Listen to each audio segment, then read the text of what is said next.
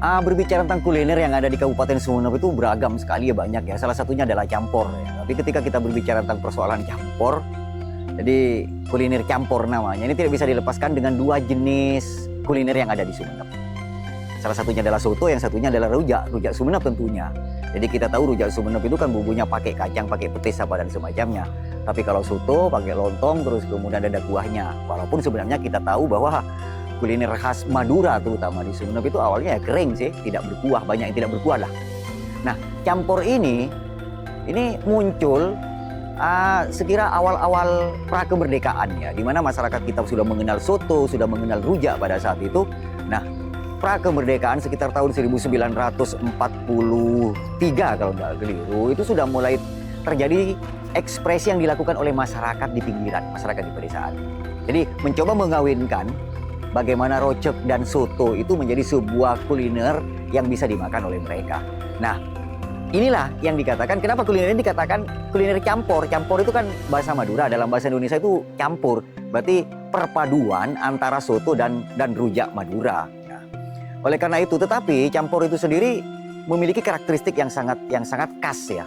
Kenapa?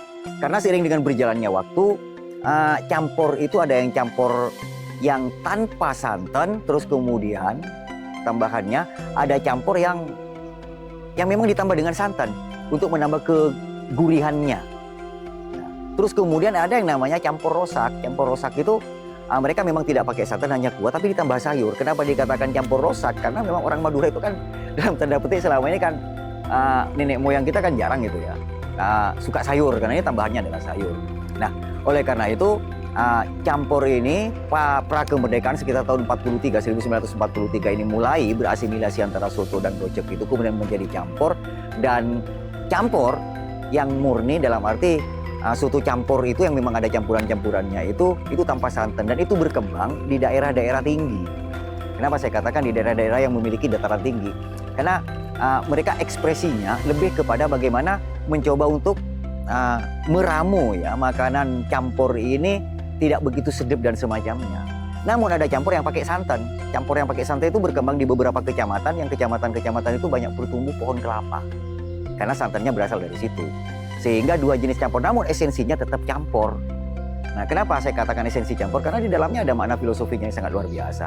Campur tidak ada campur yang karbonya itu berbentuk nasi, tetapi campur karbonya pasti berbentuk lontong, berbentuk ketupat dan semacamnya. Karena itu makna filosofi ketupat, makna filosofi bagaimana persaudaraan silaturahim itu muncul di dalam ketupat itu sendiri.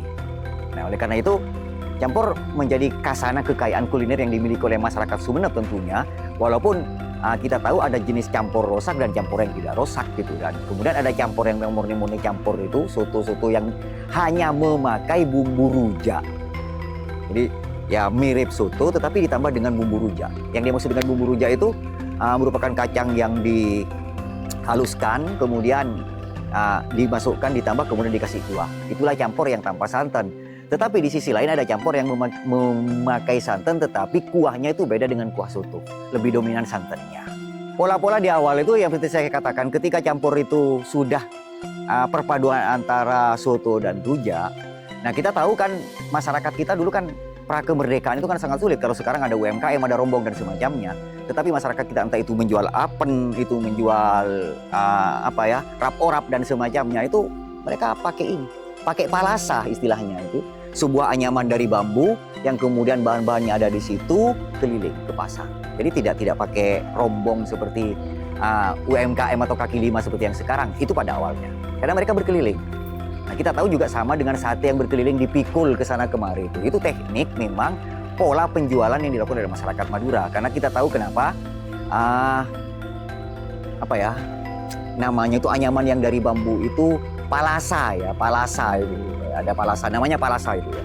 Jadi anyaman dari bambu yang bentuknya kayak guci seperti ini. Disitulah bahan-bahan campur ini dipanggul di atas kepala oleh perempuan Madura itu. Jadi keliling dari satu kampung ke kampung yang lain, dari pasar satu ke pasar yang lain. Nah, seiring dengan berjalannya waktu, campur sudah buka outlet, sudah baru buka warung campur di era sekarang.